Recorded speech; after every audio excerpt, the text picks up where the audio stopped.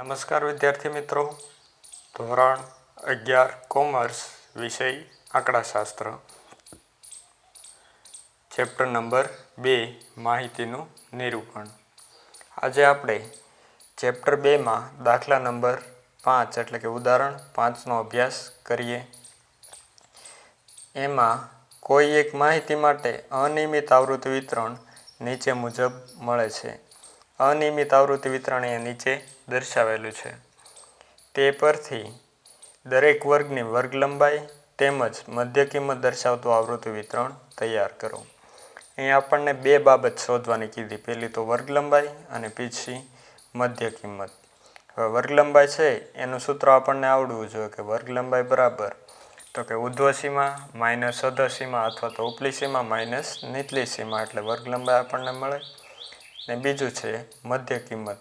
મધ્ય કિંમત શોધવાનું સૂત્ર ઉપલી સીમા પ્લસ નીચલી સીમા એને ભાગ્યા 2 એટલે આપણને મધ્ય કિંમતનું જે કાંઈ બી રકમ હોય એ પ્રાપ્ત થાય. તો આ બંને સૂત્રનો ઉપયોગ કરીને આપણે કિંમતો મેળવીશું. સૌથી પહેલાં તો દાખલો ગણીએ એટલે ત્યારે હેડિંગ આપવાનું. ઉદાહરણ 5મું. હવે અહીંયા શું શોધવાનું છે તો કે વર્ગ લંબાઈ અને મધ્ય કિંમત. તેનું હેડિંગ વર્ગ લંબાઈ અને મધ્ય કિંમત દર્શાવતું આવૃત્તિ વિતરણ. તો આપણે હેડિંગ આપી દીધું. પછી જે રકમ આપણને આપેલી હોય એ રકમ લખી કાઢવાની. તો આપણે રકમ લખી નાખીએ. સૌથી પહેલાં તો કે વર્ગ આપેલા છે અને પછી આપેલી છે આવૃત્તિ. તો પહેલાં વર્ગ લખીએ 0 થી 20, 20 થી 50, 50 થી 70, 70 થી 90 અને 90 થી 100. આ બધા આપણને વર્ગો આપેલા છે. પછી એની આવૃત્તિ આપેલી. પહેલાં 20, 30, 30, 15 અને 5 ટોટલ છે 100 એટલે કે કુલ. આ બે બાબતો આપણને દર્શાવેલી છે. હવે સૌથી પહેલું આપણે શું મેળવવાનું છે? વર્ગ લંબાઈ. તો વર્ગ લંબાઈ. વર્ગ લંબાઈ કઈ રીતના મેળવવાની? તો ઉપલી સીમા માઇનસ નીચલી સીમા એટલે 20 માઇનસ 0 બરાબર 20. પછી 50 માઇનસ 20 બરાબર 30. 70 માઇનસ 50 બરાબર 20. 90 માઇનસ 70 બરાબર 20 અને 100 માઇનસ 90 બરાબર 10. તો આપણે મેળવેલી છે વર્ગ લંબાઈ. આ વર્ગ લંબાઈ મળી જાય પછી બીજું તો કે મધ્ય કિંમત. તો મધ્ય કિંમત.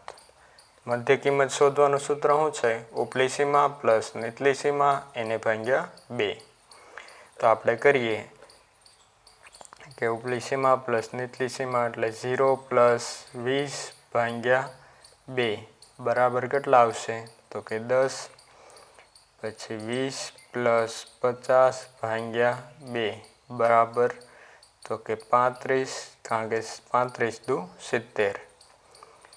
50 પ્લસ 70 ભાગ્યા 2 એટલે 120 ભાગ્યા 2 એટલે કેટલા આવશે? 60.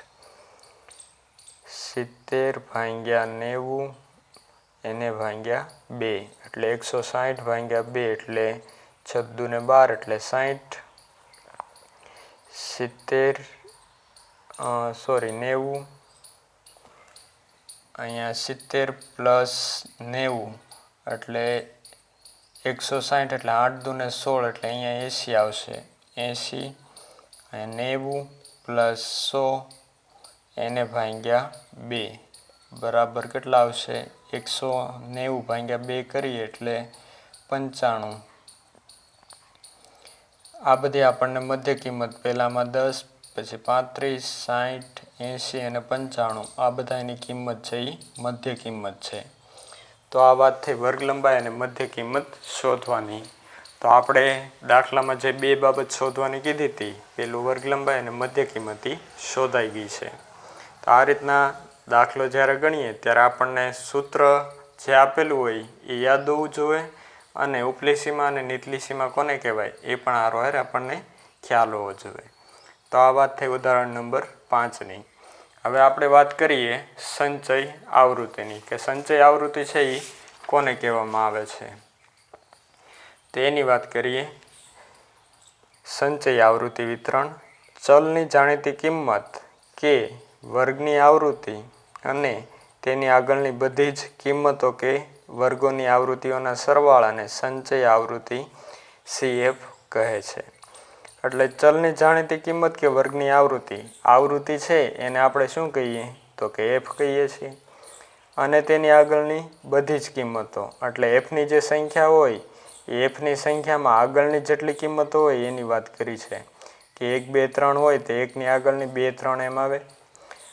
તેની આગળની બધી જ કિંમતો કે વર્ગોની આવૃત્તિઓના સરવાળાને એટલે 1ની આગળની જેટલી કિંમત હોય એમાં એક પછી એક સરવાળો કરતો જવાનો, કે વર્ગોની આવૃત્તિઓના સરવાળાને સંચય આવૃત્તિ CF કહે છે અને તેના વિતરણને સંચય આવૃત્તિ વિતરણ કહે છે.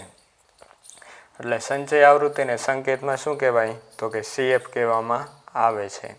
આ વાત થઈ સંચય આવૃત્તિની અથવા તો સંચય આવૃત્તિ વિતરણની. હવે આગળ વાત કરીએ તો એની અંદર આપેલા ચલની કિંમત કે આપેલા વર્ગની ઉર્ધ્વસીમા બિંદુથી ઓછી, અહીંયા વાત કરીએ ઉર્ધ્વસીમા બિંદુથી ઓછી કિંમત ધરાવતા અવલોકનોને સમાવતા બધી જ કિંમતો કે વર્ગોની આવૃત્તિઓને સરવાળાને થી ઓછા પ્રકારની સંચય આવૃત્તિ કહે છે અને તેના વિતરણને થી ઓછા પ્રકારનું સંચય આવૃત્તિ વિતરણ કહે છે. અહીંયા ખાસ વાત યાદ રાખવાની કે આપેલ ચલની કિંમત કે આપેલ વર્ગની ઉર્ધ્વસીમા બિંદુથી ઓછી. ક્યાંથી તો કે ઉર્ધ્વસીમા બિંદુ એની કરતાં ઓછી કિંમત ધરાવતા અવલોકનોને સમાવતા બધી જ કિંમતો કે વર્ગોની આવૃત્તિઓના સરવાળાને, વર્ગની જે આવૃત્તિ આપેલી હોય જેને આપણે F કહીએ છીએ એનો સરવાળો એ જે છે એ થી ઓછા પ્રકારની સંચય આવૃત્તિ કહે છે અને તેના વિતરણને થી ઓછા પ્રકારનું સંચય આવૃત્તિ વિતરણ કહે છે. અહીં એક્ઝામ્પલ આપણે જે દાખલો ગણ્યો તો એની અંદર જ જોઈએ કે અહીંયા વર્ગ આપેલો છે 0 થી 20, 20 થી 50, 50 થી 70, 70 થી 90 અને 90 થી 100. તો આની અંદર ઉર્ધ્વસીમા બિંદુ જોવા જઈએ તો 20 ઉર્ધ્વસીમા બિંદુ આવશે, અહીંયા 50 આવશે, અહીંયા 70, અહીંયા 90, અહીંયા 100. હવે જે આ ઉર્ધ્વસીમા બિંદુ છે એની કરતાં ઓછું તો 20 છે એની કરતાં ઓછી કિંમત હોય એવું લેવાની છે. તો અહીંયા પહેલાં તો 0 આવશે, અહીંયા 0 હશે ને, 0 20, અહીંયા 20 છે તો અહીંયા 20, અહીંયા 70, અહીંયા 70. એની જેમ અહીંયા 0 છે તો ઉપર 0 છે એટલે પહેલાં ઉપરનો વર્ગ લઈએ કે 0 કે તેથી ઓછું તો એની અંદર શું આવશે 0. પછી 20 કે તેથી ઓછી આવૃત્તિ તો કે 20. પછી 50 કે તેથી ઓછી તો 30, 20 અને 0 ત્રણેય આવશે. પછી 70 કે તેથી ઓછી એટલે આ ત્રણેય આવી જાય તો 30, 30, 20 અને 0. એ રીતના ગણતરી કરવાની છે. ઉર્ધ્વસીમા બિંદુ કે તેથી ઓછી કિંમત એટલે આ 20, 50, 70, 90 એ બધી ઉર્ધ્વસીમા બિંદુ કહેવાય અને એની આવૃત્તિ અહીંયા F આપેલી છે એનાથી ઓછી એટલે આની જે હોય એ કિંમત લેવાની પ્લસ તો કે આગળની જે કિંમત આવી ગઈ હોય એમાં સરવાળો કરવાની. તો આ રીતના જે આપણને આવૃત્તિ વિતરણ મળે એને શું કહેવાય તો કે થી ઓછા પ્રકારનું આવૃત્તિ વિતરણ. જ્યારે આપણે દાખલો ગણતા હોઈએ અને થી ઓછા પ્રકારનું આવૃત્તિ વિતરણ કે કેવું આવૃત્તિ વિતરણ તો કે થી ઓછા પ્રકારનું આવૃત્તિ વિતરણ. તો હંમેશા યાદ રાખવાનું પહેલી કિંમત જે આવૃત્તિ છે એ હંમેશા એની આવશે તો કે 0ની આવશે. પહેલી કિંમતનો જે સરવાળો આપણે મૂકવાનો હોય CFનો એ CFનો હંમેશા 0 આવશે કારણ કે અહીંયા જે કિંમત છે એ 0 અને એની સંખ્યા આપણને ખબર ન હોય એટલે શું લેવાની તો કે 0 લેવાની એટલે CF હંમેશા શું આવશે 0. આ વાત થઈ થી ઓછા પ્રકારની આવૃત્તિ વિતરણની.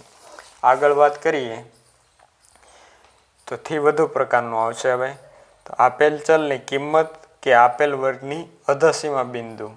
પહેલામાં જે હતું એ શું હતું તો કે ઉર્ધ્વસીમા બિંદુ. ઉર્ધ્વસીમા બિંદુ ક્યારે વપરાય તો કે થી ઓછા પ્રકારનું હોય તો ઉધ્વ સીમા બિંદુ આવે.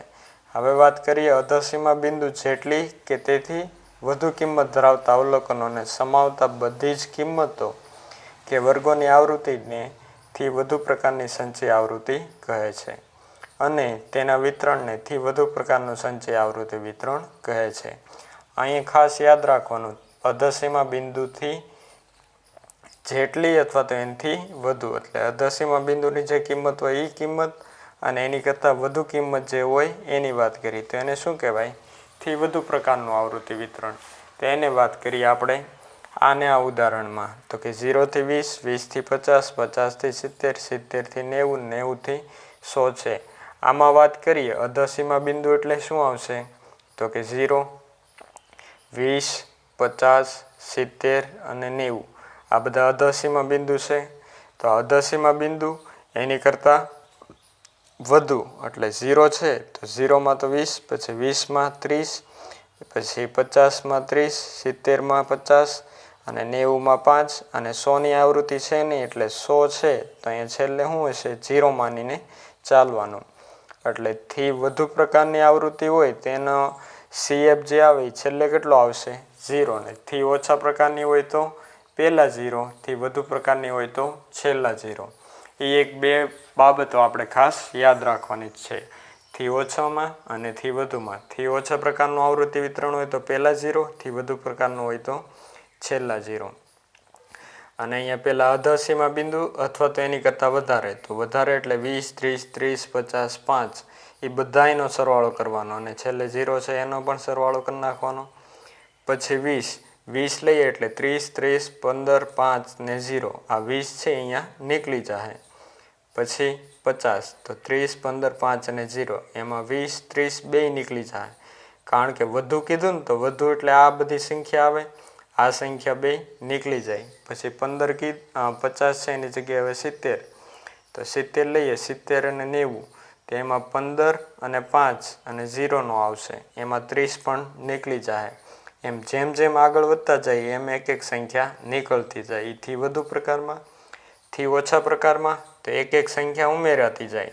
પહેલાં ખાલી 20 હશે, પછી 30 આવશે, પછી પાછા 30 એટલે 20, 30, 30, પછી 20, 30, 30, 15, 20, 30, 30, 15, 5 એમ એક એક સંખ્યા વધારતી જાય એથી ઓછા પ્રકારમાં અને થી વધુ પ્રકારનું હોય તો એક એક સંખ્યા ઘટતી જાય.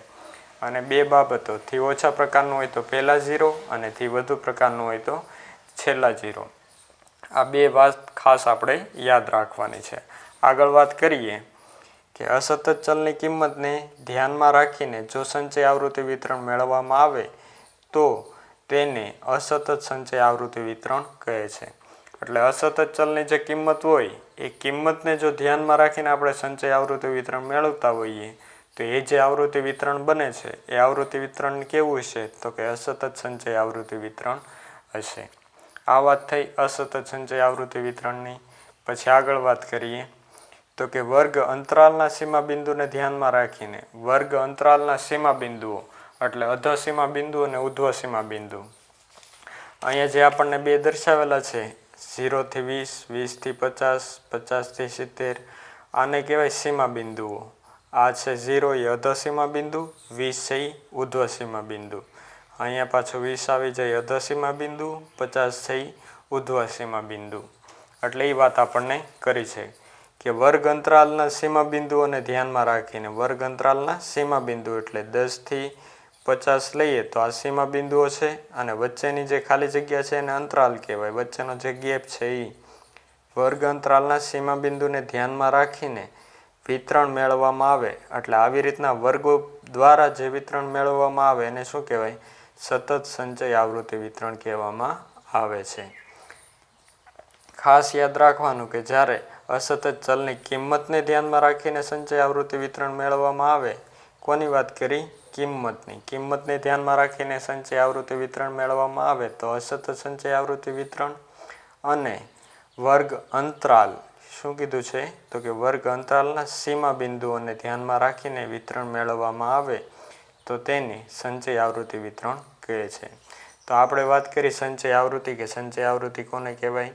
પછી થી ઓછા પ્રકારનું સંચય આવૃત્તિ વિતરણથી વધુ પ્રકારનું સંચય આવૃત્તિ વિતરણથી ઓછા પ્રકારનું સંચય આવૃત્તિ વિતરણ હોય તો એની અંદર ઉર્ધ્વસીમા બિંદુઓ ધ્યાનમાં રાખવામાં આવે છે. થી વધુ પ્રકારનું સંચય આવૃત્તિ વિતરણ હોય તો એની અંદર અધસીમા બિંદુઓ ધ્યાનમાં રાખવામાં આવે છે.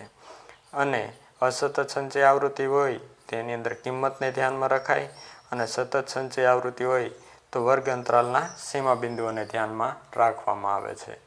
તો આજે આપણે અહીંયા સુધી રાખીએ. Thank you.